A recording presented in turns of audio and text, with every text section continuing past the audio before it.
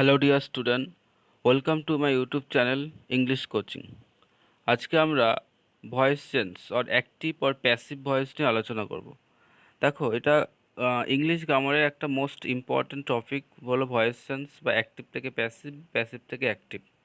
যে কোনো তুমি কম্পিটিটিভ এক্সাম দেবে সেইখানে ভয়েস চেঞ্জ একটা আসে, যেমন ডব্লিউবিসিএস পিলিতে আসে, তারপর পিএসসি ক্লার্কশিপে আসে, তারপর যে সেন্ট্রালের যে পরীক্ষাগুলো আছে এসএসসি সিজিএল, এসএসসি সিএইচএসএল, সব পরীক্ষা আসে। আজ আবার দেখো, আমাদের যদি ওয়েস্ট বেঙ্গল বোর্ডের কথা বলি, তাহলে ক্লাস 8 থেকে ক্লাস 12 পর্যন্ত প্রত্যেক ক্লাসে ভয়েস চেঞ্জ আছে ইংলিশ গ্রামারে, এবং প্রত্যেক ক্লাসে কিন্তু পরীক্ষায় একটা বা দুটো করে আসে।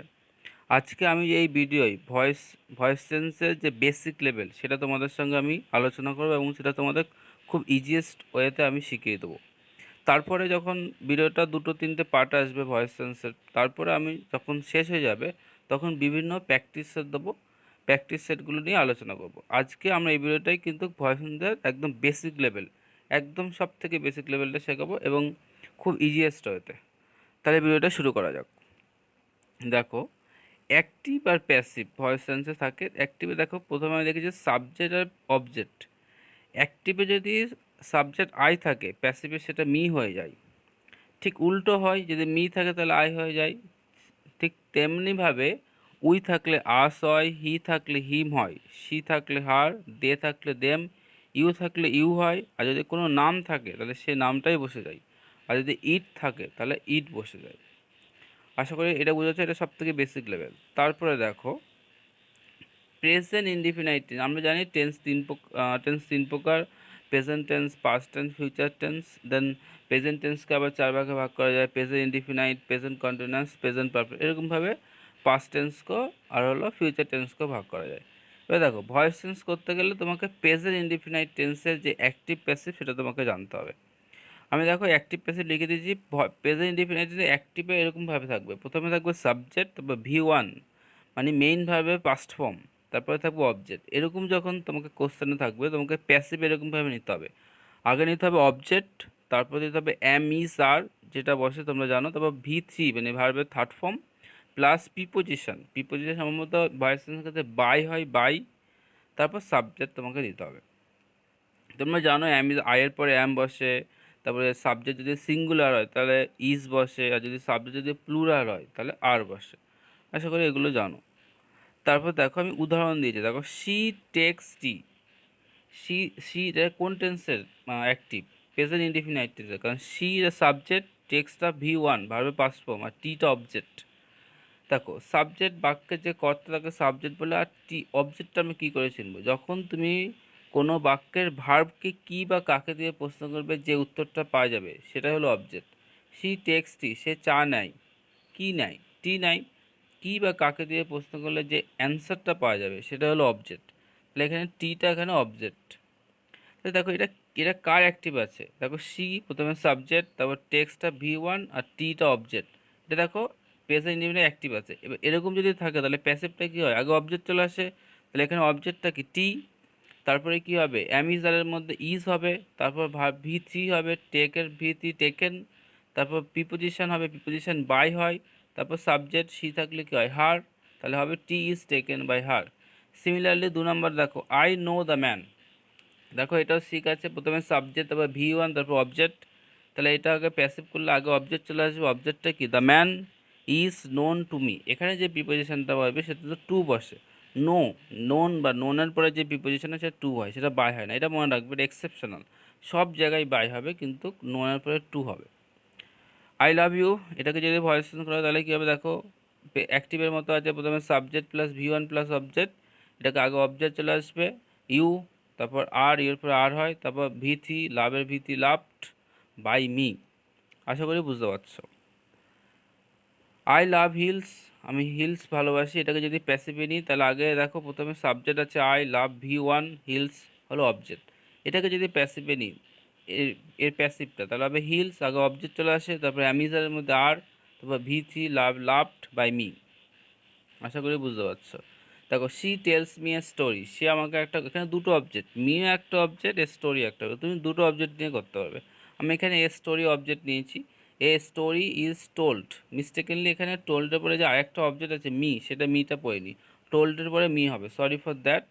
এটা হবে a story is told me by her. যদি এক্সট্রা কিছু থাকে বা ডবল অবজেক্ট যদি থাকে, একটা অবজেক্ট তুমি প্রথমে নিয়ে যাবে, সেই অবজেক্টটা সাবজেক্ট হয়ে যাবে, কিন্তু আরেকটা অবজেক্ট কোথায় বসবে? আরেকটা অবজেক্ট ভি থ্রি বা থার্ড ফর্মের পরে বসবে। তাহলে এটা হবে a story is told me by her. তারপর এটা হলো প্রেজেন্ট ইনডিফিনাইট। এবার এবার এবার আমরা চলে আসি প্রেজেন্ট কন্টিনিউয়াস টেন্স। দেখো প্রেজেন্ট কন্টিনিউয়াসে অ্যাক্টিভটা কীরকম থাকবে? প্রথমে অ্যাক্টিভ থাকে subject plus am is are plus V one plus ING plus object. মানে প্রথমে থাকবে সাবজেক্ট, তারপর অ্যামিজার থাকবে, তারপর ভার্বের পাস্ট ফর্মের সঙ্গে ING plus object.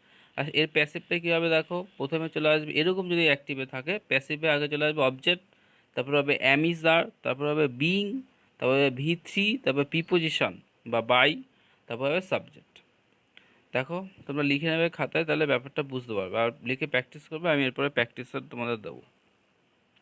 She is singing a song. দেখো সি প্রথমে সাবজেক্ট, তারপর অ্যামিজারের মধ্যে ইজ রয়েছে, তারপর সিং মানে ভি ওয়ান, তারপর আইএনজি রয়েছে, সিংয়ের সঙ্গে আইএনজি, তারপর এ সং টু অবজেক্ট। দেখো অ্যাক্টিভের মতো আছে। এরকম থাকলে প্যাসিভটা কীরকম হবে? আগে অবজেক্ট চলে আসবে, তাহলে এখানে অবজেক্ট কি? এ সং, তাহলে এ সং, তারপর কি অ্যামিজারের মধ্যে ইজ, তারপরে কি হবে? বিং, তারপর হবে V three third form, Singh এর থার্ড ফর্ম সাং, তারপর প্রিপোজিশন বাই, তারপরে সাবজেক্ট হবে, মানে সি থাকলে কি হয়? হার। তাহলে হবে a song is being sung by her. 2 নম্বরটা দেখো, my mother is writing a letter. এটা এটা একইভাবে অ্যাক্টিভের মতো আছে, সেটাকে প্যাসিভ চলে আসবে। আগে হবে লেটার, এ লেটার, তারপর হবে ইজ, তারপর হবে বিং, তারপর হবে রিটেন থার্ড ফর্ম, তারপর বাই, তারপর subject my mother. She is eating rice, একই ব্যাপার, শি দেখো অ্যাক্টিভের মতো রয়েছে, যে অ্যাক্টিভটা তোমাদের লিখে দিয়েছি ওপরে। শি ইজ ইটিং রাইস, এটা হবে rice is being eaten by her. The boys are playing, the boys are flying kites in the sky. দেখো এটা পিএসসি ক্লার্কশিপ, যেটা তোমাদের হয়ে গেল কদিন আগে, চাকরির পরীক্ষা। তোমরা যারা স্কুলে পড়ো, তোমরা তো আরও 18 বছর হয়ে গেলে যখন চাকরির পরীক্ষা দেখবে, দেখো ক্লার্কশিপ বলে একটা পরীক্ষা হয় ওয়েস্ট বেঙ্গলে, সে ক্লার্কশিপ পরীক্ষায় এসেছিলো, এটা এই বছরই হয়েছিল এবং রেজাল্টও পাবলিশ হয়েছিল। দেখো খুব ইম্পর্টেন্ট। তাহলে kites are flying, sorry, the boys are flying kites in the sky.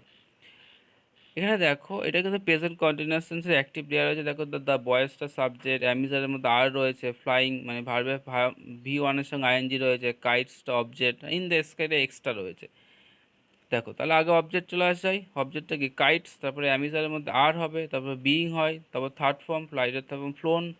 তারপর দেখো by the boys in the sky, এরকমও লেখা যাবে। আবার তুমি ইন দ্য স্কাইটা ফ্লোনের পরেও লিখতে পারো, in the sky by the boys, এরকমও লিখতে পারো বা এরকমও লিখতে পারো, kites are being flown by the boys in the sky, দুভাবেই হবে। এক্সট্রারে যেটা থাকবে সেটা সবসময় থার্ড ফর্মের পরে দেওয়ার চেষ্টা করবে। The girls are solving the sum in their room. দেখো এখানে ইন দেয়ার রুমটা এক্সট্রা আছে, শেষে থাকলেই অনেকে ভাবে অবজেক্ট, কিন্তু শেষে থাকলেও অবজেক্ট না, তোমাকে কি বা কাকে দিয়ে প্রশ্ন করতে হবে। The girls are solving the sum in their room, মানে মেয়েগুলো তাদের ঘরে অঙ্কটাকে সমাধান করছে। তাহলে কি সমাধান করছে? কি বা কাকে দিয়ে প্রশ্ন করতে হবে? দ্য সামস, অঙ্কগুলো, সামটা আগে চলে আসবে। অবজেক্টটা আগে চলে আসে প্যাসিভে, the sums are being solved. তারপর এক্সট্রা কোনটা আছে? ইন দেয়ার রুম, তাহলে in their room by the girls. Okay, তারপর আমরা চলে আসছি present perfect tense. Present perfect টেন্সে দেখো অ্যাক্টিভটা কী থাকবে? অ্যাক্টিভ থাকবে সাবজেক্ট প্লাস হ্যাভ অথবা has plus V three plus object. বা প্যাসিভটা চলে আসবে এরকম, প্যাসিভ আগে চলে আসবে অবজেক্ট, তারপর হ্যাভ অথবা হ্যাজ, তারপরে been plus V three plus preposition plus subject. আশা করি বুঝতে পারছো। দেখো একটা উদাহরণ দেওয়া আছে, 5টা করে উদাহরণ দিয়েছি আমি। আই হ্যাভ ডান ইট, আমি এটা করেছি। দেখো এখানে অবজেক্ট কি? কে এটা করেছে? কি করেছি আমি? ইট করেছি, এটা করেছি, তো এটা অবজেক্ট। তাহলে it has been done by me, it আগে অবজেক্ট চলে আসলো। এবার দেখো এখানে হ্যাভও হতে পারে, হ্যাজও হতে পারে। কোশ্চেনে হ্যাভ আছে বলে অ্যান্সারও হ্যাভ হবে না। কোশ্চেনে হ্যাভটা কি দেখে হয়েছে? আইটা দেখে হ্যাভ হয়েছে, কারণ আয়ের পরে হ্যাভ বসে। এবার যখন প্যাসিভ করছো তখন তো তুমি ইটটা আগে নিয়ে আসছো, ইটের পরে তো আর হ্যাভ বসে না, ইটের পরে কি বসে? হ্যাজ বসে। তাহলে প্যাসিভে কি হয়? হ্যাভও হতে পারে বা হ্যাজও হতে পারে। তোমাকে ওই যেটা আগে নিয়ে আসছো ওই সাবজেক্ট থেকে তোমাকে হ্যাভ অথবা হ্যাজ আইডেন্টিফাই করতে হবে, মানে বুঝতে হবে যে কি বসবে। আশা করি তোমরা জানো যে হ্যাভ হ্যাজ কোথায় বসে। তাই বলছি আই, উই, দে, ইউ এসবের পরে হ্যাভ বসে, হি, তারপর শি, ইট। আর সাবজেক্ট যদি প্লুরাল হয় তাহলে হ্যাভ বসে, আর সাবজেক্ট যদি সিঙ্গুলার হয় তাহলে হ্যাজ বসে।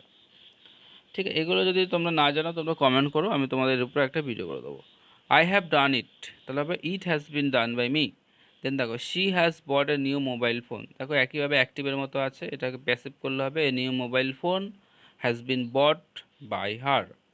তারপরটা দেখো দেখো she has seen the Taj Mahal on the last Monday, গত মন্ডেতে সে সোমবার সে তাজমহলটাকে দেখেছে। দেখো এখানে এরকম অ্যাক্টিভের মতো আছে, শি এটা সাবজেক্ট, তারপর হ্যাজ আছে, তারপর সিন আছে ভার্বের থার্ড ফর্ম, দ্য তাজমহলটা অবজেক্ট, কী দেখেছে তাজমহল এটা object on the last Monday, এটা এক্সট্রা আছে। তাহলে তোমাকে প্যাসিভে নিয়ে যেতে আগে কী করতে হবে, আগে অবজেক্টটা নিয়ে যেতে হবে। অবজেক্টটা কী আছে, দ্য তাজমহল, তারপর হ্যাভ হ্যাজ বসে, তাজমহলের পরে হ্যাজ হবে, has been seen on the last Monday by her. দেখো এক্সট্রাটা তুমি থার্ড ফর্মের পরে দেবে। সিমিলারলি 4 নম্বরটা দেখো, they have solve the problem, দেখো একই রকমভাবে অ্যাক্টিভের মতো আছে, তোমরা দেখতে পারো। তাহলে এটা অ্যান্সারটা হবে the problem has been solved by them, the problem has been solved by them. We have watch a cricket match on the TV, দেখো এখানে অবজেক্ট, দেখো সাবজেক্ট হলো উই, হ্যাভ রয়েছে, হ্যাভ অথবা হ্যাজের মধ্যে যে কোনো একটা থাকবে, দেখবে অ্যাক্টিভে লেখা আছে হ্যাভ হচ্ছে এখানে। Watch third form, a cricket match, আমরা কী দেখেছি ক্রিকেট ম্যাচ, তাহলে এখানে অবজেক্ট কি a cricket match, on the টিভিটা এক্সট্রা রয়েছে। তাহলে a cricket match has been watch on the TV by us, a cricket match has been watch on the TV by us. আজকে এ পর্যন্ত থাকলো ভিডিওটা। যদি ভিডিওটা পছন্দ হয়, খুবই ইনোভেটিভ টাইপে বা খুব ইনোভেটিভভাবে আমি কিন্তু তোমাদের এই ভয়েস সেন্স শেখাচ্ছি। এটা বেসিক লেভেল, এরপরে ধীরে ধীরে হাই লেভেলে যাবে। তোমরা তোমরা যদি আরও পরের ভিডিওগুলো আমার পেতে চাও, ভয়েস সেন্সের part 2, part 3, then the practice set, you have to subscribe my channel and you have to press the bell icon for new notification. And তোমাদের আমি আরও একটা রিকোয়েস্ট করছি, তোমরা আমার এই ভিডিওটা তোমাদের বন্ধুদের সাথে শেয়ার করো।